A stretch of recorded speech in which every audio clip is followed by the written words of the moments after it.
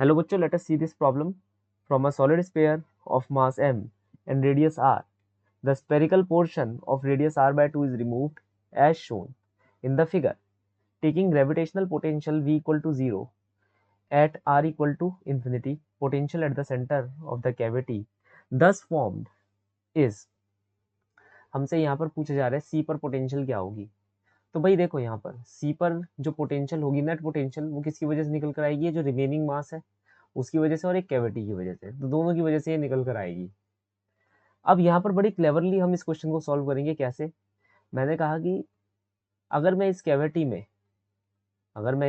में वही मास जो मैंने मास निकाला है वापस रख दूं तो ये पूरा का पूरा स्फीयर बन जाएगा। तुम कहोगे हाँ सर बन जाएगा, लेकिन क्वेश्चन चेंज हो जाएगा फिर। तो इसलिए मैंने क्या कहा कि मैंने जितना मास यहाँ पर अंदर भरा उतना ही नेगेटिव मास मैंने बाहर की तरफ ले लिया। ये तो हम कर सकते हैं, बिल्कुल सर। अब ये पूरा का पूरा भरा हुआ स्फीयर हो गया जिसका मास क्या है m, और ये बाहर की तरफ एक m डैश मास की कैविटी क्रिएट हो गई, माइनस m डैश मास की कैविटी। ये मानकर चलो अगर मैं इस कैविटी को यहाँ पर लगा दूंगा तो मुझे ये वाला फिगर मिल जाएगा, क्योंकि प्लस और माइनस आपस में कटकर जीरो आंसर दे देंगे। यहाँ तक बात समझे? अब तुम इसका फायदा क्या हुआ मैं तुम्हें बताता हूँ। इसका फायदा ये हुआ कि ये जो बड़ा सा स्फीयर, इसके लिए अगर मुझे इस पॉइंट पर at a distance r by 2 पर पोटेंशियल निकालने, तो मैं हमारा की कंसेप्ट लगा सकता हूँ, that is the potential will be minus G M upon में 2r का होल क्यूब 3r का whole square minus small r का होल स्क्वायर। ये मैं आराम से लगा सकता हूँ, यहाँ पर मुझे कोई प्रॉब्लम नहीं होने वाली। ठीक है, लगा भी देता हूँ। आंसर कितना आएगा यहाँ पर ध्यान से देख लो, 2r का होल क्यूब 3r का होल स्क्वायर माइनस r का whole square which is r square by 4, क्योंकि ये r बाय 2 की दूरी पर है। तो ये आ जाएगा आपका जी एम इंटू 11 अपॉन में 8r। निकल गया। अब ये तो निकल गया, लेकिन कैविटी का क्या?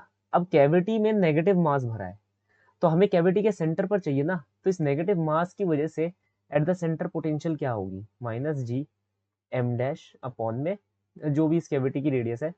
ठीक है, लेकिन अब ये कैविटी सॉलिड हो गई है। कैसी हो गई है? कैविटी सॉलिड नेगेटिव मास की कैविटी हो गई है, तो इसमें भी यही फॉर्मूला लगेगा जो हमने की कंसेप्ट में हमारा लगाया है। बिल्कुल सर, यही लगेगा, डरने की कोई बात नहीं है। हम बिल्कुल ये फॉर्मूला हम यहाँ पर लगा देंगे। कैविटी की रेडियस कितनी है? r बाय 2, तो ये r बाय 2 का होल क्यूब, और ये हो जाएगा 3 इंटू आर बाय 2 का होल स्क्वायर माइनस सेंटर पर। ठीक है, सेंटर क्या है? r की वैल्यू क्या हो जाएगी आपकी यहाँ पर? 0 हो जाएगी। बहुत धीरे से ये काम करना है हमें। अब m डैश की वैल्यू हम कैसे निकालें?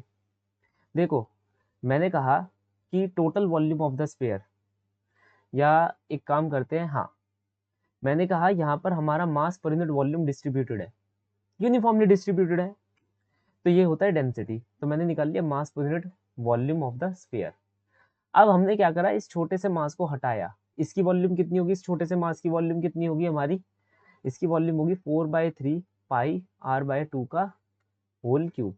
अगर मैं डेंसिटी को इस वॉल्यूम के साथ मल्टीप्लाई कर दूं तो मेरे पास m डैश निकल कर आ जाएगा। वो कितना निकल कर आएगा? m अपॉन में 8। तो ये जो मास है ये कितना होना चाहिए यहाँ पर? m अपॉन में 8। अब मैं इसे रेड कलर में लिखूंगा। रेड कलर में इसलिए लिखूंगा क्योंकि ये नेगेटिव मास है।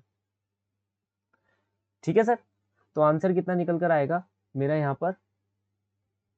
जी एम अपॉन में क्या क्या कट सकता है, देखो ये इससे कट जाएगा, टू दी पावर 1 रह जाएगा, यहाँ पर 2 से 2 कट जाएगा, that is minus G M upon में 8r।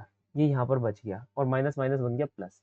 अब नेट पोटेंशियल तो यहाँ पर ऐड हो जाएगी, डायरेक्टली ऐड करके लिख देते हैं, माइनस जी एम अपॉन में 8r प्लस जी एम अपॉन में क्या है यहाँ पर? अच्छा ये तो 11 था ना यहाँ पर, हाँ कुछ और बचा है हमारा, ओहो 3 भी बच गया, देखो यहाँ पर 3 भी रहता है। ठीक है, तो यहाँ पर 3 भी रहता है और यहाँ 11 है, प्लस अपॉन में 8r, ये हो जाएगा माइनस 8 जी एम अपॉन में 8r, तो माइनस जी एम अपॉन में r। ये हमारा सॉल्यूशन निकल कर आ रहा है, which is your option number 2। So the final solution for the following problem is option number 2. Hope you understood well. Best of luck.